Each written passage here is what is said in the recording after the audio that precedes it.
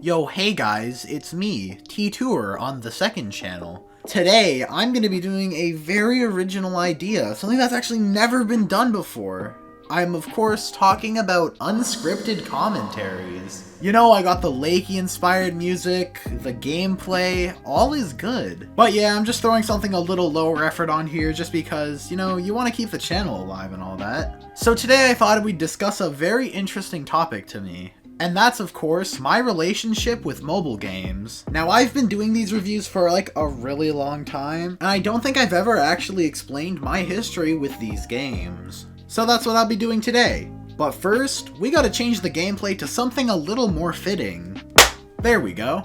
So our story begins in Christmas of 2012. For my birthday, 6-year-old me got an iPad. While I wasn't unfamiliar to gaming before this, in fact I played Minecraft on the Mac, the iPad was the first time I had a device all to myself, so I'd be able to download whatever garbage mobile games I could find. With that being said, not all games I downloaded were complete ass. Obviously I played Minecraft a lot, but I also discovered games like Swordy Go, as well as the games made by Top Free Games.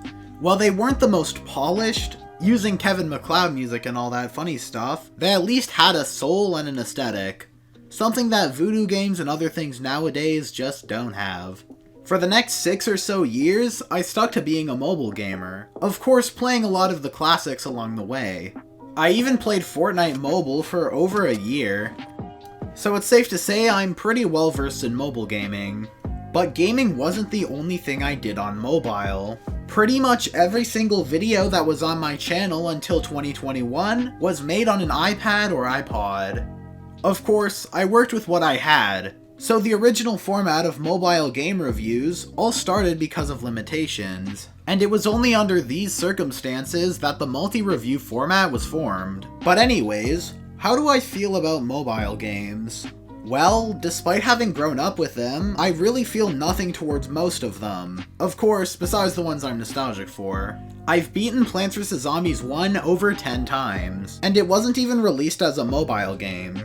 So while I obviously don't like modern hyper-casual 2022 garbage poo-poo farty games, I really don't care for the most part. That is, of course, so long as they don't ruin classic video game franchises. But yeah, besides that, they can do what they want. So why do I continue reviewing mobile games now that I have a computer and I actually do edits that are good? Well, there are quite a number of reasons for that. First of all, there's still a pretty large audience of people who want to watch me review these. And switching up my content entirely will not only scare off some returning viewers, but it would also be a slap in the face to whoever supported me before. And besides, I actually do really like reviewing things, you know, whenever it's not the only thing I do for 6 months straight.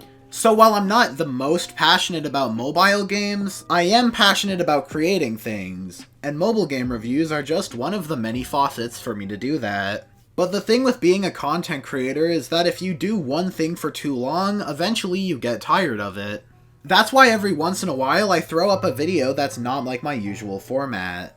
The analog horror video is a massive example of that, as it was the very first video essay I'd ever put together. And while I'm obviously no stranger to branching out, the analog horror video is what led me to creating video essays and documentaries more often, which of course led to the Plants vs. Zombies documentary. By putting video essays and documentaries and mixing them with my existing mobile game content, it allows me to be able to make mobile game videos without having to review games, which saves me from the evil burnout. But just like mobile game reviews, eventually I also got a bit tired of making video essays. Making those things back to back takes a lot of work, since it requires a lot of research and planning. Whereas with mobile game reviews, while there's still a lot of work that goes into them, there's a lot less research required to make them. By making both types of videos, I'm able to keep my mind fresh and not overwhelm it with all the research and long hours, as well as keeping my whole audience happy. For 2023, I'm largely planning on keeping a very consistent schedule. Obviously, videos will remain weekly, but I want to do one game review followed by one documentary or video essay.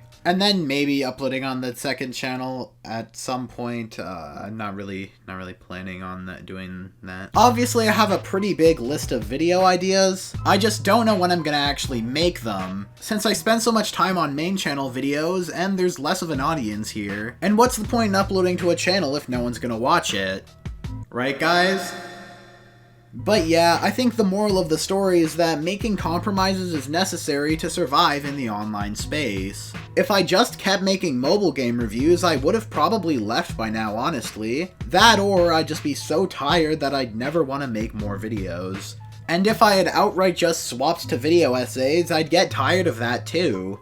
Anyways, how the fuck do the commentators make their videos 8 minutes long each? Alright, well, I'm just gonna take a tip from famous YouTuber Terrorist YT.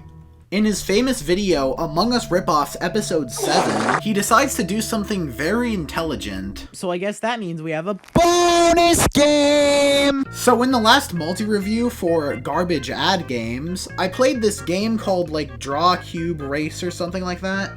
And in the video, I didn't pay any mind to it at all. Instead, choosing to focus on the actual ad games themselves. In the video, I just say this. I went on the App Store and downloaded a random Voodoo game, because knowing how much Voodoo likes ad money, they were the obvious go-to. Then I played the game for about 5 seconds and oh look, I have enough material to make this video. So were the ads as bad as I say they were in the video? Not really. They were about as bad as any other hyper-casual mobile game, with ads appearing at the end of every level. The goal of the game is to be the first cube to pass the finish line. And you have to draw different legs for your cube in order to move across the various types of terrain. Between levels, you get to upgrade your speed as well as how much money you'll make while you're offline. And there are also challenges. I guess to keep you playing longer and so that you watch more ads. But really, who gives a shit about cosmetics if the video game itself isn't good? The best strategy I could think of is drawing the widest possible legs. That way, every rotation you make a bigger jump. As it's a race, so obviously you want to make the most amount of progress in the shortest amount of time.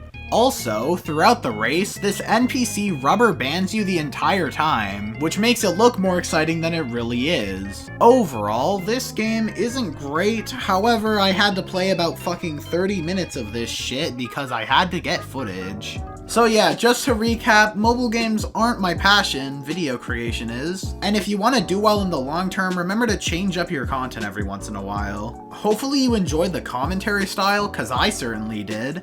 I have a couple plans for some other ones, including director's commentary on past videos, and breaking down the process behind the toy reviews. So tell me if you'd be interested in watching that.